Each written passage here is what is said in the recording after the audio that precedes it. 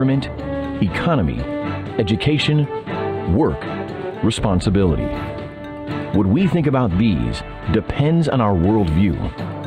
Now, VCY America presents Worldview Radio with Brannon House. Welcome. Glad you are with us today. We're going to have on that's tomorrow. We're going to have on Dr. Rob Lindstead and Aaron Labarco because he's our reporter out of Israel, as you all know. President Trump has just made a statement, and he's made it more than once, and he's making it again, and that is about Israel annexing what is pejoratively known as the West Bank, Judea and Samaria, which they won after, if I remember correctly off the top of my head, 1967, they won that area. Okay? They won that area. And some of the terrorists that Israel let go in this swap of hostages, Israeli hostages for Hamas Islamic terrorists, some of them went back to the West Bank. Now, you guys know, if you're a regular listener of this broadcast on this time slot, I have argued or debated about the issue of Judea and Samaria for some time, that I was concerned it would be the next territory to be like Gaza, and thus there would be a October 7th style attack on Judea and Samaria. That what I was reading is that there were terrorists actively working, living, tunnels in the West Bank. Now, this is very interesting, the timing of all this. Now, I try to be very careful to not offend people when it comes to their conscience, right? My philosophy is, if somebody's conscience is telling them not to do something, I don't try to argue with someone's conscience, right? Because I don't know their story. I don't know their background. Like, I don't talk a lot about, different activities that some people can choose to partake in and others choose not to partake in, that in and of themselves, there's nothing wrong with those activities. It's just, for some people, it might be a stumbling block, or there's a past for them or their family member, like playing cards, right? If someone doesn't want to play Rook with me, I don't get upset. That's a card game I like to play, because their conscience maybe doesn't want them playing cards, right? And so I don't argue with someone's conscience. I don't know what their background is. And I use that as an example to say I'm also very careful when it comes to promoting movies, okay? I try to be careful. Yeah, I like the old movies. I like old movies. I don't have a problem talking about some of the old historical movies that I like and have learned from. And some movies have been produced in time that were really produced for a purpose, like The Green Berets by John Wayne. That was produced for a specific reason, because there was so much Vietnam sentiment on our troops when they came home, Vietnam was a mess. And the purpose was we could have won over there if we wanted to, right? But we didn't want to win. It was in order to, I think, make money. But a lot of the troops were being treated poorly. So John Wayne makes the Green Berets out of his own pocket to talk about the evils of communism and to expose communism, okay? Now, that's an old film, and it's a historical film. But aside from that, I don't really spend a lot of time quoting movies per se, because I want to be careful what I talk about. And I want to be careful what content is presented in said document or movie, right? So with that being said, I try to be very careful what I talk about, because I don't want to go against someone's conscience, and I don't want to be a bad example. And with that being said, I'm going to say that I did last night with Miss Melissa. I watched well into the night a documentary/movie on October 7th called Red Alert. Now, I think I talked about this briefly on one of my other programs, that when I found out it was in subtitles, I thought, I'm too tired to watch subtitles. But I thought, I've got people telling me, no, Brandon, you have to watch this. This is a movie/documentary on October 7th. And it is very, very true to what happened that day. There are a few things they tell you up front that may be imagined, but the individuals being represented and talked about, actually, some of them show up at the end, and some of them have their faces blurred because they are targets to be murdered because of what they did in the IDF. Some of them cannot show up on the screen because they're dead. But we see video of them when they were with their children and alive. So some of the people that the movie/documentary is talking about, they're alive today. And the actor or the actress portraying them was actually filmed and put at the end of the movie/documentary, put at the end of the film with them, with their now friend that they're portraying, and the individuals on the set. You can see them sitting sometimes in what would be like a director's chair with headphones on, and they're sitting behind the camera watching this being filmed as this individual is playing them. So there are parts of it that, for adding to the storyline, were added in and imagined, but it seems to be very, very true. And I know some of the things that happened that day because we were covering it live on the air. Very true. Now, it's very, to me, interesting that I chose last night to watch. I think there are four parts to it. And as I started it, I finally stopped it and I said, Miss Melissa, you got to come in here and we have to watch this together. And I think there's only one thing at the very beginning that I would have immediately edited out, but it's only 2 seconds long. Most people won't catch it. It's not nudity or anything, but it was portraying some of these kids at this festival where these kids were murdered, which I think was kind of like a hippies, Burning Man type event, right? I think there's some language in a few spots, but it's all in Hebrew. So I just want to warn you up front, I'm very careful about what I promote or talk about. But I feel this is appropriate because of where we're at in a society today that has dehumanized the Jews that were murdered that day and that are targets. And as I watched this film, I will tell you, I found myself with tears in my eyes more than a couple times. Because you cannot watch what is happening to human beings, and particularly the children. There's a little girl in this film. She's just as cute as a button. And at the end, she's a Jewish girl, and her dad was murdered. He was taken from the family, and he was dragged off to Gaza, and he eventually was murdered. And the little girl that's portraying her does such a fabulous job in her acting. And then the little girl that she's portraying is actually pictured on the screen at the end. And I said to my wife, they almost look like they could be sisters. And I was sat there over and over watching this last night, well into the night, way later than I normally stay up since I get up so much earlier these days. And I thought to myself, how can people be so anti-Semitic toward these people? Say what you will about the Israeli government. Okay, I don't agree with most of what my federal government does. And I'm sure if I was in Israel, I wouldn't agree. And I already don't even have to be in Israel to tell you I don't agree with a lot of what the Israeli government does from time to time. That's for sure. But why do we mix the Israeli government with the Jewish people? And when you look at what these people have been through, not only through history, but just October 7th, and these little children, and what has happened to their parents, and what they saw. I'm thinking, are you that out of touch with reality? Are you that evil? Are you that ignorant? Are you that evil that you want to smear these Jewish people over and over and over again?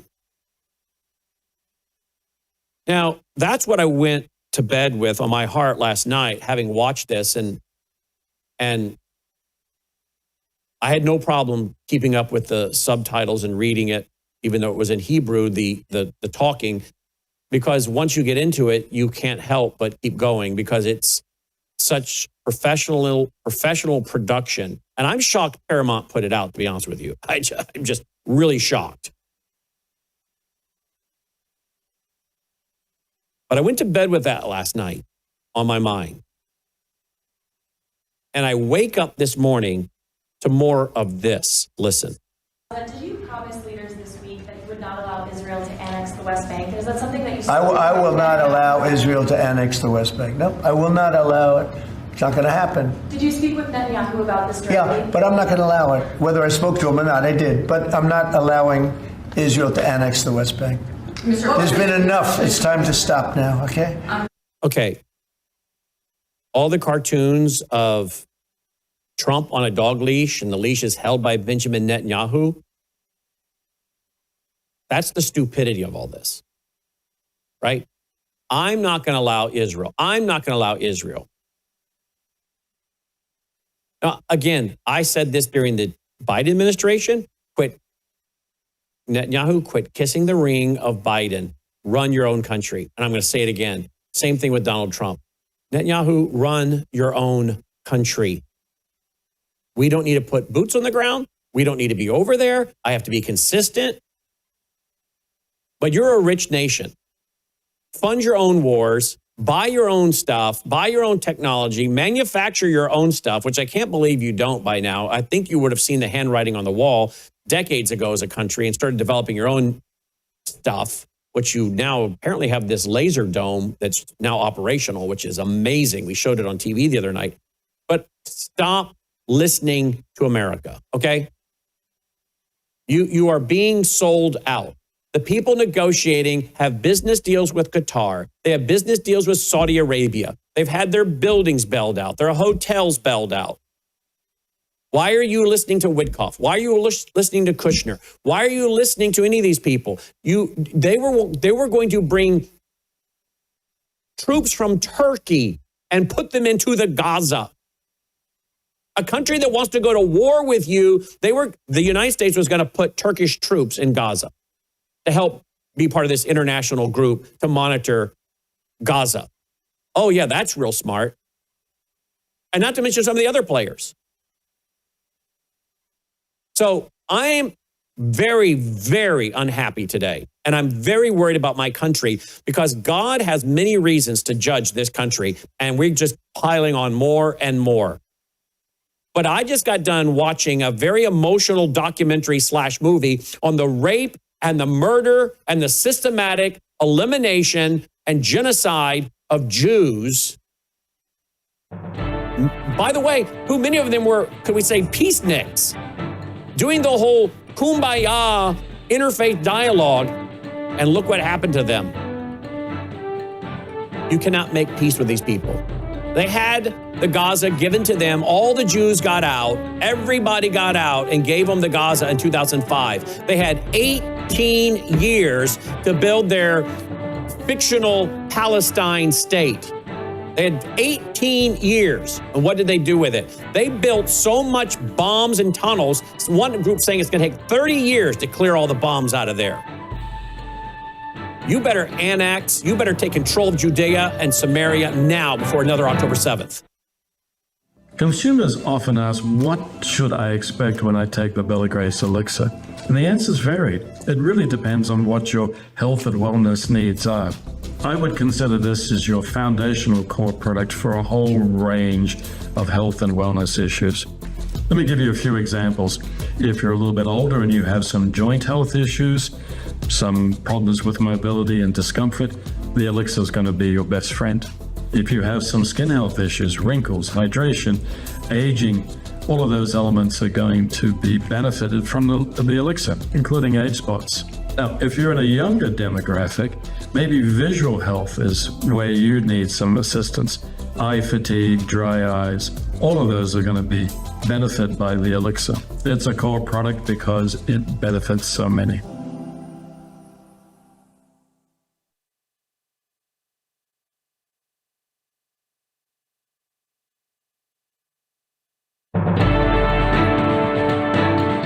All right. Joining me now is Dr. Rob Lindstead. Dr. Lindstead, welcome back to the broadcast. First of all, I'm going to ask our radio and TV audience to pray for Mrs. Lindstead, who I talked to the other day when you were on speakerphone and she was in the background. And she had some health struggles, so we're going to ask the audience to pray for her, okay? And for you. Do we have to have him unmuted? We need to unmute him so we can hear what he's saying. But we need you to pray for Mrs. Lindstead, but also Dr. Lindstead, as well, as he tries to care for and be the helpmate to his wife and run a very large Christian school and ministry. He has a lot on his plate. So pray for Dr. Lindstead. All right, we got his audio fixed? All right, Logan's hearing him, but for some reason he's not coming over. Well, let's run over real quick to Aaron. Let me know as soon as we have Dr. Lindstead. Let's go to Aaron. Aaron joins us live from Israel. Oh, Aaron's on the same Zoom call, so now we're having all kinds of nice technical problems. Well, that's live television. Okay, here's another one. The United States has agreed to Israel's stance that Turkish troops will not be stationed in the Gaza Strip. Instead, peacekeeping forces will primarily consist of soldiers from Azerbaijan and Indonesia, according to an Israel source. Now, but why would we ever put Israel in the position of having to deny Turkish troops? Are the people involved in this in the Trump administration and at the global scale so oblivious to who Erdogan is, what he's doing, and that he's taken his government from a secular government to a Sharia Islamic government? Are they so clueless that they don't know that? Or do they know that and we're trying to get it over on Israel? I don't know. I don't want to imply bad motives. I don't want that unless there's proof of that. I just have to say they must be very, very ignorant. But I mean, this is President Trump who called Erdogan a good man, a strong man.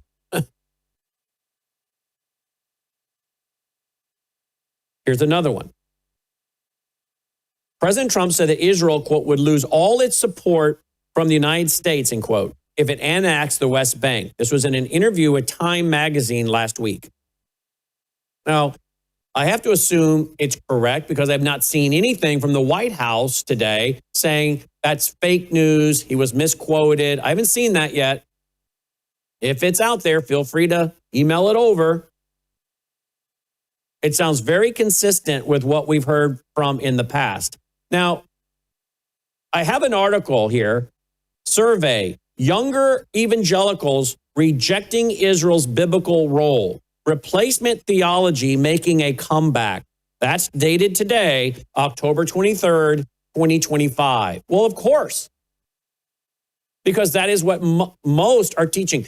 You know what's really, even some of your self-described Baptist fundamentalists, some of the fundamentalist Baptists, as they describe themselves, are joining in on this. They're joining in on this. Not all of them, of course, but some of them. I'm watching one guy online who's going viral with a lot of his clips, trashing dispensationalism, trashing the Bible, taking the Bible out of context. I'll play some of his clips tomorrow and deal with it tomorrow with Dr. Andy Wood.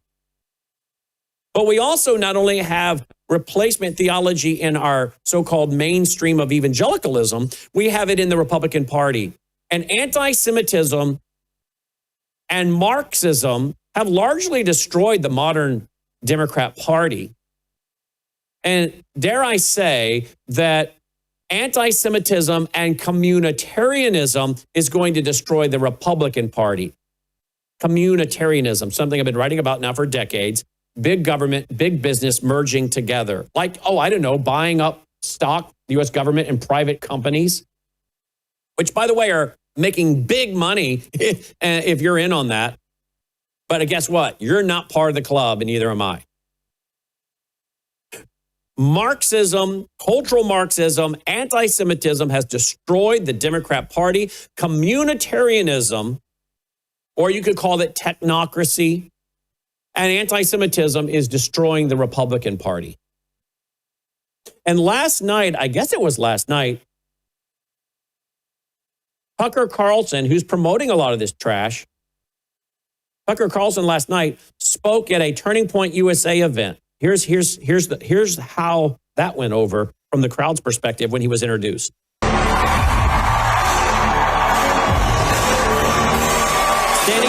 annexation. Big cheers. Big cheers for a guy saying and interviewing some of the craziest people when it comes to this whole replacement theology and I think anti-Semitism. I don't know what Charlie Kirk would be saying if he were alive, but if you're giving money to Turning Point USA Faith or Turning Point Faith, you're making a big mistake in my opinion, because I'm seeing a lot of things. And this is what this is part of some of the stuff I was saying last week that I can't say to a lot of you guys yet because you're not ready, because your minds would explode. But I'm just going to go ahead and drop you a breadcrumb. You better be very careful about Turning Point USA host Charlie Kirk. All right, let's go to Dr. Lindstead and Aaron. Dr. Lindstead, as I said a while ago, now we got the audio fixed. We'll be praying for you and your wife. I appreciate that very much. All right. Yeah?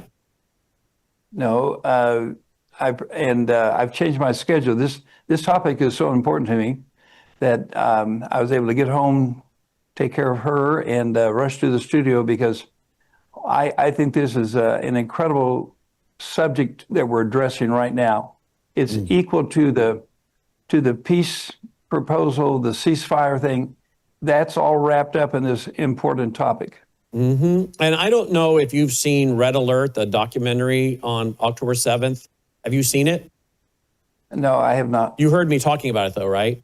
Yes, I did. Yeah. And so that was the backdrop of what I went to bed late, really late last night on. And then I wake up to this controversy was there, but now really gotten big about annexing Judea and Samaria. And I want to say, what on earth is he thinking? He has no authority. He has no biblical authority. He has no legal authority to be telling Israel, I'm not going to allow them to annex this, right? And if I was Benjamin Netanyahu at this point, the one that's looking like he's on a dog leash is Netanyahu, and Trump's holding the other end. And from and being who I am, if anyone tries to control me like that, there's going to be a serious statement coming from my office, or I'm going right on camera, because I would not be treated with this kind of disrespect. Well, a couple things that come to my mind. Biblical passage one is Ezekiel 3.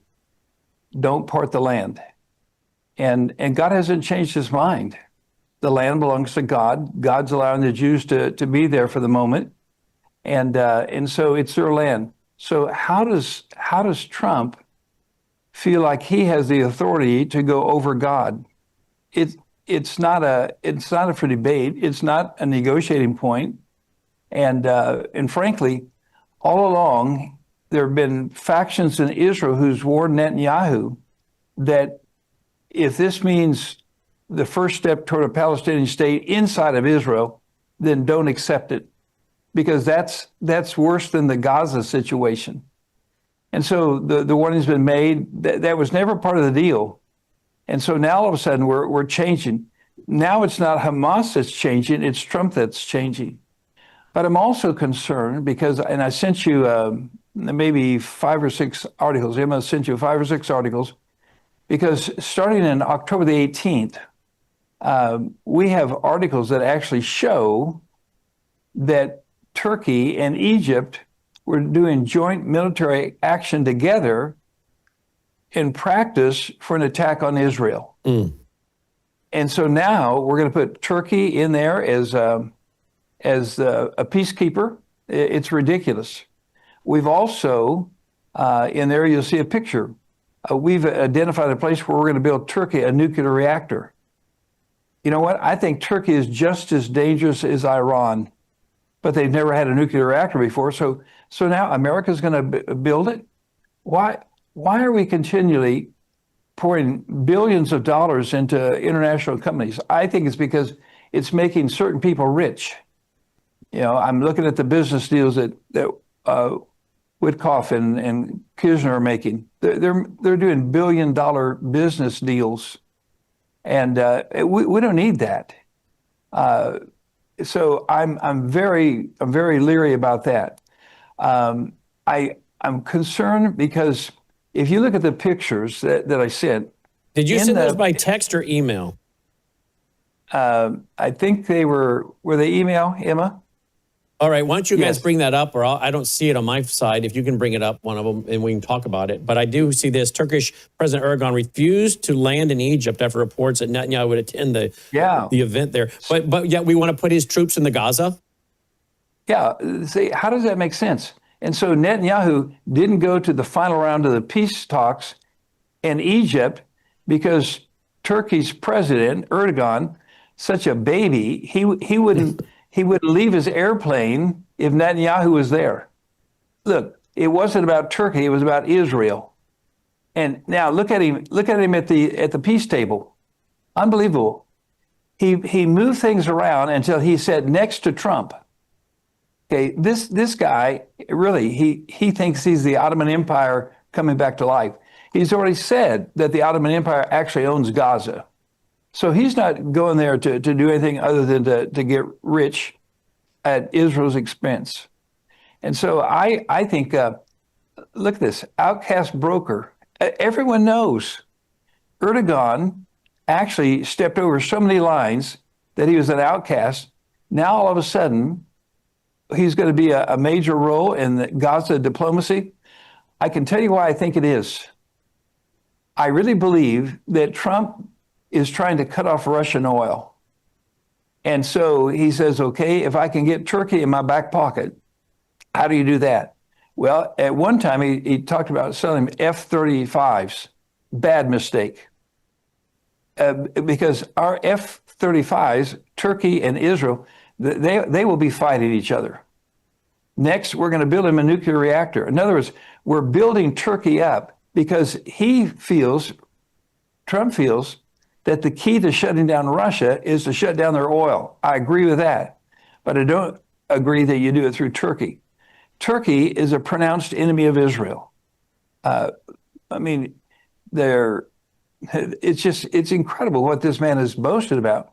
And now all of a sudden he goes from an outcast to one of the main brokers. He has a bigger portion in this, a bigger ear of the president than anybody else. He actually is trying to get into Syria. I mean, this is unbelievable. I have a picture in the last 2 days of Putin with the new Syrian president asking two things. Number one, he said, release troops to me, Russian troops to me, so I can go back and get the Golan Heights. Number two, protect me from Turkey. That's the threat that Syria thinks that Turkey poses. So here's a country that said, we really own Gaza. It's part of the Ottoman Empire. Next, he compares Netanyahu to Hitler. Same ideology. That's just not true. He professes to be a friend of America. He hates America. We've caught him on record doing joint maneuvers with Egypt, trying to destroy Israel. That's like hiring the fox to guard the chicken coop. I mean, it just does not make sense. So I'm just so disappointed that with all the advisors that America has right now in Israel, you would think that there'd be one that would stick up for Israel and for America. Yeah. Why are these guys there? Yeah, hold right there. Hold right there. Yeah. The computer's going to take it away, and then we're going to let you finish, and then bring in Aaron. Don't go away, guys. You woke up with a sore throat and a low-grade fever. You know you are getting sick, so here's your choices. You can get sicker and miss work.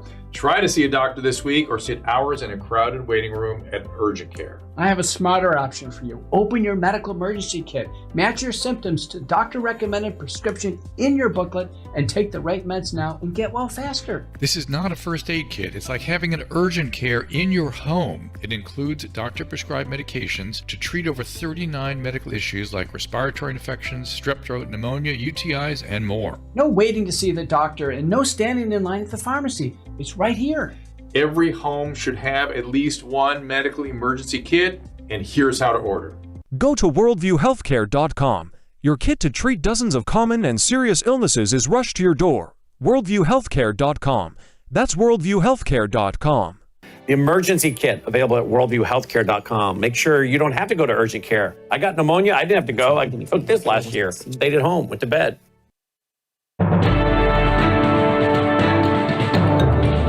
All right, welcome back. Glad you're with us. Worldview Radio, our website, worldviewradio.com. Worldview Radio. And joining me is Aaron Labarco as well out of Israel. We'll go to him in just 1 second, but let me finish up with Dr. Rob Lindstead. All right, Dr. Rob, Jared Kushner and these other characters that are negotiating this, you would think Israel would say, I'm sorry, guys, you're compromised. Money, business deals, you're not neutral negotiators here. I just don't understand why Israel keeps putting themselves in these positions. Apparently, Kushner and Netanyahu have known each other since Kushner was a kid, but I'm sorry, you would still think he would say, these are not neutral negotiators here. They're compromised with money, apparently. Yes. At least 2 leveraged buyouts recently, a $55 billion EA Sports deal with Saudi Arabia. These guys are not neutral. They're in it to make money. You know what? I think what they're doing is illegal, but it certainly is not in the best interest of America. They're trying to become, every deal he makes is a $1 billion deal, but unfortunately his partners are the Arab countries. So they're not neutral. Brandon, one thing I just think is so important, and Daniel chapter 8, it describes something really important. And we all go to Daniel 9:27, how the peace treaty has got to be confirmed. But in Daniel chapter 8, it goes beyond the historical kings, starts to talk about a willful king. And then it says this, his power shall be mighty, but not by his own power. He shall destroy wonderfully and shall prosper in practice and shall destroy the mighty and holy people. Here's Trump. He didn't go in there with his own power. He went in there with at least 35 other countries, most of them Arab, and he forced Israel into a hole. While he's forcing them into the hole, here's Hamas restocking. Here's Hamas with their bully groups, and they're beating up on each other. They fired on the Palestinian people that marched back. It was a horrible sight to see Palestinian citizens on their knees begging with their hands up, and Hamas shot them. That should have been enough to say, look, this is not a ceasefire. This is a Hamas restocking situation. But the verse goes on to say that while he'll come not in his own power, he's going to come with other people's power. And it says he will destroy wonderfully, in other words, thoroughly, shall prosper in practice and shall destroy the mighty and the holy people. In the long run, this is going to destroy the mighty and the holy people. That's the Jews. Then it goes on to say this, through his policy, he shall cause craft to prosper in the street. He shall magnify himself in his heart. By peace shall destroy many. He shall also stand up against the Prince of Peace, but he shall be broken without hands. The Prince of Peace is Jesus. The idea that he's destroying many, he stands up to him, he destroys many. He does it by flattery, by bragging. You almost think we're talking about right now. I think the Antichrist is going to be worse, but he fits the bill. And you know what? Daniel is so sick. No one can understand it. Why is Daniel sick?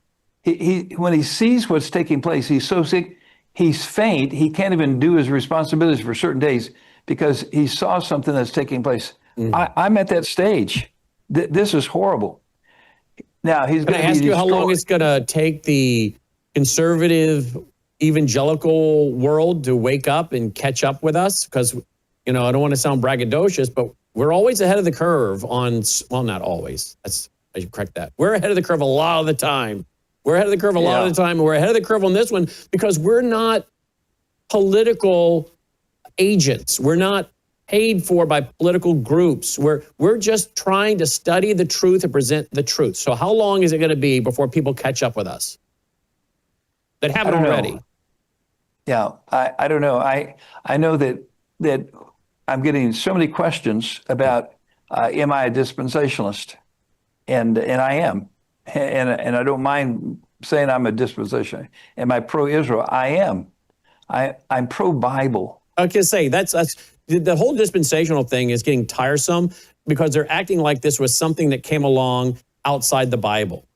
Dispensationalism, as you know, just simply defines what it is we believe very quickly, but it's not like it is a subset or theological construct that came on after the Bible. It's in the Bible. And we're just reading the Bible in context using Scripture to interpret Scripture, Scripture to confirm Scripture, jumping between the New Testament and the Old Testament. I mean, in my study in Revelation, as you have done as well, you just find yourself constantly going back to the Old Testament, like the book of Daniel, like Ezekiel. I mean, we're just using the Bible. And they try to use this phrase, dispensationalism, like you've created something new since the early 1900s. It's foolishness, because some of the people pushing that actually believe that. That's how ignorant they are, because they're just parroting what they've heard other people say. Well, unfortunately, we've left studying the Bible, and so that's why we're in danger. That's why our churches sometimes are suffering, because they're actually afraid to take up a subject like dispensations, because maybe there's going to be people that are going to say, wow, I don't like that. And there's a lot of people, they enjoy having someone to hate. I look at the demonstrations going on in America, and until recently I thought, okay, they just want someone to hate. They were mad, and they demonstrated for the free Palestine. Palestine's free. They're still demonstrating. What do they do? They change their signs. And so they're happy to be mad about something. But let's not follow that rhetoric. Let's say, okay, what does the Bible say? And the Bible says that when they propose peace, two things are going to happen. Number one, it's going to be by deception. What we're talking about today is the deception of the ceasefire. We heard that there's going to be 21 points. They've yet to deliver on point number one, delivering all the bodies.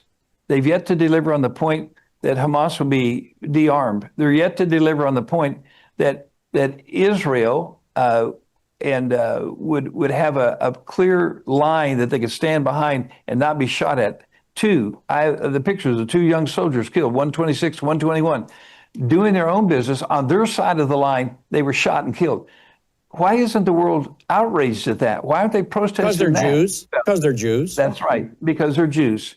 Mm-hmm. And the same way they don't care about all the Christians being murdered in Nigeria, because they're Christians. No. I mean, so much for Black Lives Matter, right? Black Christians. Well, we don't see the Christian part. Sorry.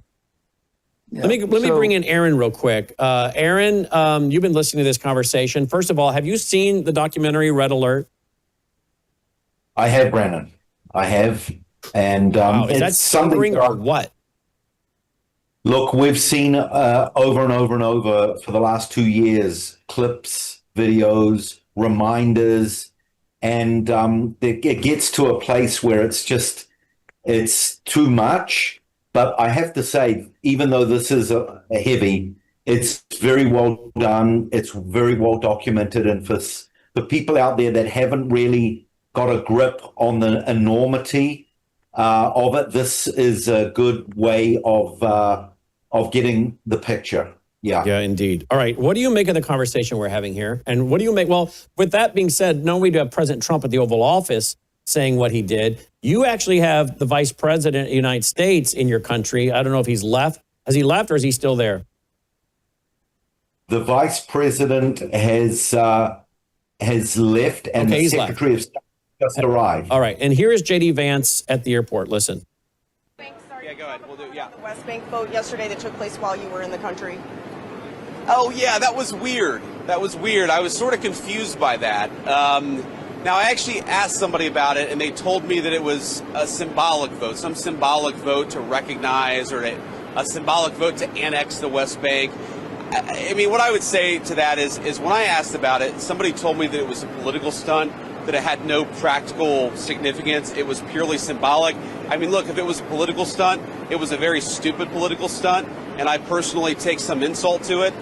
The West Bank is not going to be annexed by Israel. The policy of the Trump administration is that the West Bank will not be annexed by Israel. That will continue to be our policy. And if people want to take symbolic votes, they can do that. All right. So where are all the Jew haters today playing this video saying, oops, we're sorry. It isn't Benjamin Netanyahu that is running America. Oops, it's not the Jews that are running America. Because now we have the president from the Resolute desk in the Oval Office, the J.D. Vance, on the ground in Israel saying, we tell Israel what to do. Israel does what we tell them to do. We have them on a leash. We are their master. Where are the anti-Semites today apologizing for saying the Jews run the world and that Netanyahu has Donald Trump as his lapdog? Brennan, this is really alarming. Now, just over a week ago, what did I put on my head? I put a Donald Trump yarmulke.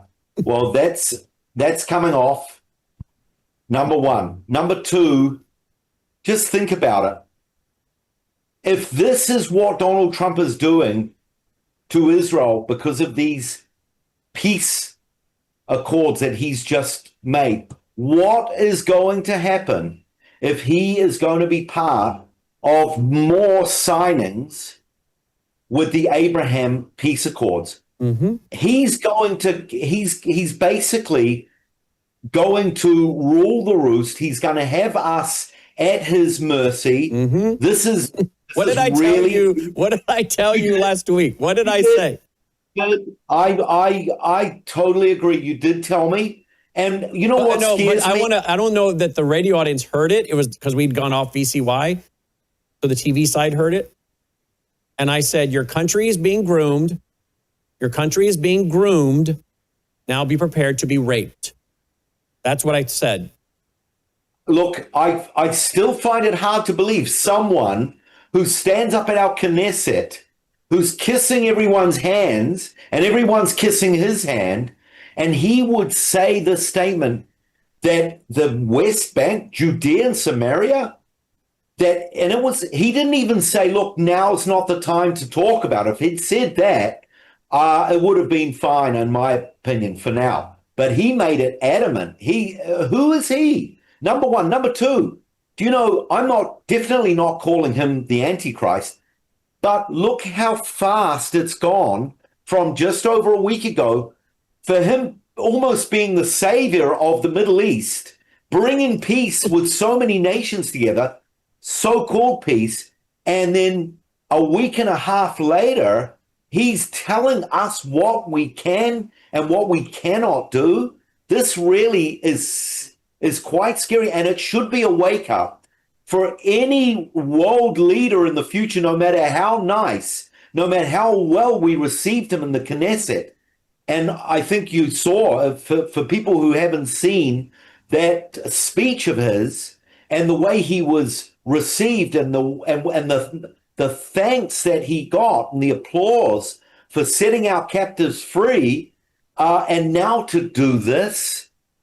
Now, let me tell you, he may be endangering Benjamin Netanyahu's coalition. Oh, absolutely.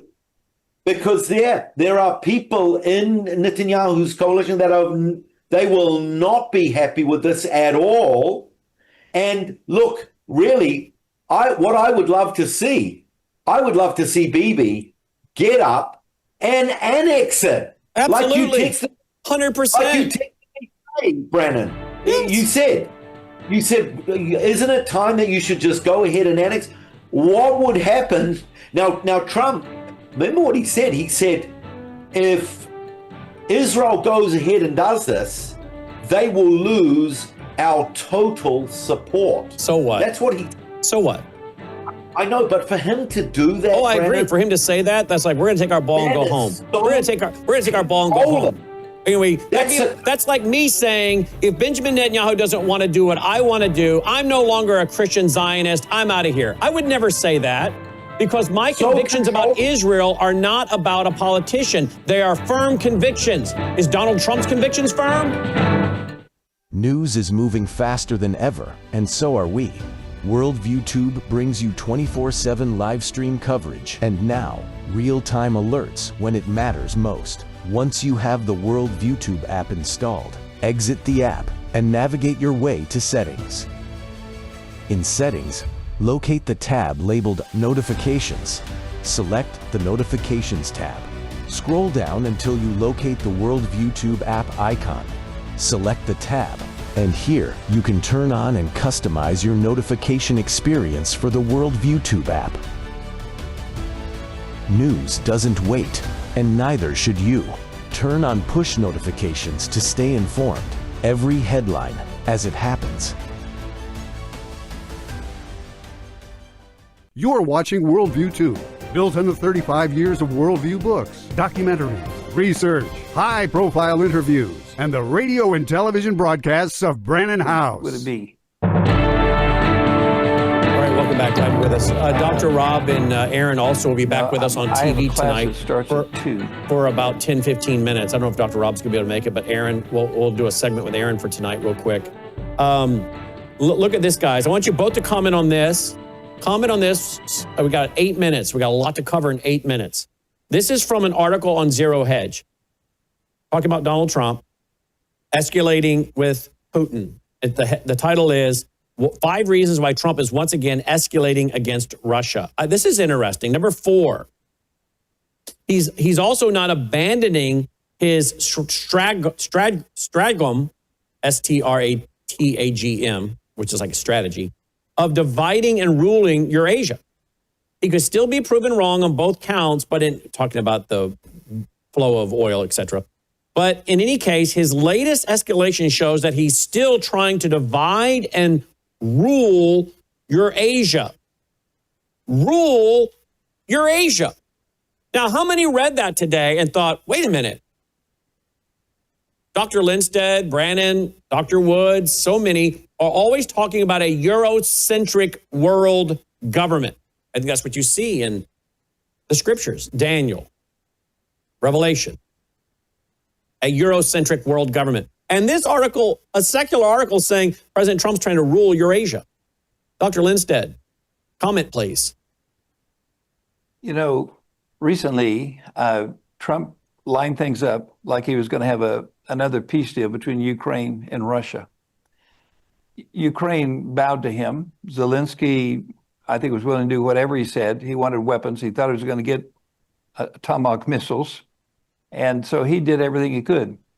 Putin, you know, the U.S. reports it like, okay, you know, Trump's telling Putin what to do. Putin just said, forget you. You think you're going to tell us where to draw the boundary? You're going to tell us what side of the street is going to be ours, what side is going to be Ukraine? He said, if that's how you're going into this, he said, we're out. They pulled out. They essentially told Trump to mind his own business. Now, what would happen? Because right now we have J.D. Vance babysitting Israel. We have Jared Kushner babysitting Israel. We have Steve Wyckoff babysitting Israel. They're all over there. Why? Because they're afraid the deal's getting away. And so they put people in Israel to babysit them. Okay, if Russia could tell them, hey, we're not interested, what can they do? Hamas told Trump, we're not interested. I sent you an article. Hamas actually said, Mr. President, we're not listening. So they have not delivered all the bodies. They have not de-armed. They have not drawn back to the line. And so why doesn't Israel say, you know what, Mr. President, we're not listening. You know, you had a deal about Gaza. We're talking about Samaria and Judea, and they belong to us. And so we're not listening to you anymore. It's time that Trump understand what he needs to do is to take care of America. He was elected president of America, not of Israel, not of Russia, not of Ukraine. He needs to take care of America. He's done some incredible things. Thank God for every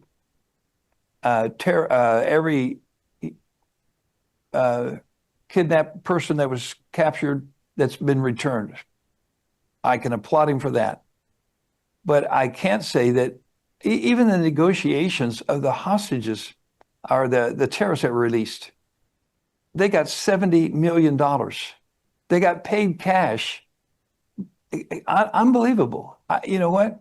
The whole thing is just sickening because it was portrayed as one thing and we were deceived. People prayed, people celebrated. I think most of the people that celebrated say, I don't know that we celebrated, maybe we celebrated too soon because it's not coming to pass. You see, peace is very difficult. I have a collection of incredible photographs that show one president after another. It started in 1979, and I see all these peace accords. If I would have had time, I would have sent it to you today. It's unbelievable to see how they've all ended in shipwreck. And this one is in a disaster. And not only is it going to end in a shipwreck for Israel, but I mean, people are emailing me like Beth and Brad, who listen regularly. You know, we should go from saying, she said in her email, from God bless America to God have mercy on us, because we are really inviting his wrath. Aaron, what do you make of this idea that President Trump wants to also maybe rule Eurasia? I mean, if this guy his name wasn't Donald Trump, and he was a Democrat, can you imagine what most people would be saying? Well, for the last 6 to 9 months, we've mentioned a number of times something called the Peace Corridor, where he wants to bridge Asia with Israel and even Europe. And Gaza has a port. And this was David Ben-Gurion's vision way back in the 1940s. And he's talked about this. He's talked about bringing even India into this. So I'm not totally surprised. I think we're seeing the true face of Donald Trump, which everyone knows he's a businessman. And what's interesting is Dr. Rob was speaking, and I really appreciated the comment that you made, Dr. Rob, about, there's fear that this deal is going to get away. And that's why they're sending all these people over. There was one after the other. When Vance was on his plane leaving, Marco Rubio was arriving. But there's definite fear of this happening. And I think that's true. We need to pray mercy on America. But as the other thing I was thinking of is, where has Mike Huckabee been? He's been strangely silent with the peace deal over a week ago. He's been strangely silent over the last number of days. He's the ambassador. You want me to text him? I'm in a group text with him and another guy. You want me to text him for you? Do so, Brandon, because he's the spiritual man here. He's the man who follows the Bible. And we've prayed a lot for him to get in the ears of Donald Trump. And that's why I'm suspicious that he's it's almost like he's being pushed aside here. Just a heads up to guys in the control room. Run something else in this next few minutes after I sign off, because I want to pre-record something with Dr. Lindstead and Aaron before Dr. Lindstead has to run to a class to teach. LightToTheNationsMinistry.com. Aaron Dr. Lindstead is Bible Tip, Bible TIP now, Bible Tip, stands for Truth and Prophecy, BibleTipNow.org. Aaron's brought to you by our foundation, WorldviewFoundation.com, WorldviewFoundation.com. Now stay tuned for Crosstalk with Jim Schneider on over 100 outlets nationwide. If you don't have a terrestrial station in your market of the VCY network, you can listen to them online at vcy.org, as in Victor, vcy.org. All right? Thanks for listening. Take care. This has been Worldview Radio with Brandon.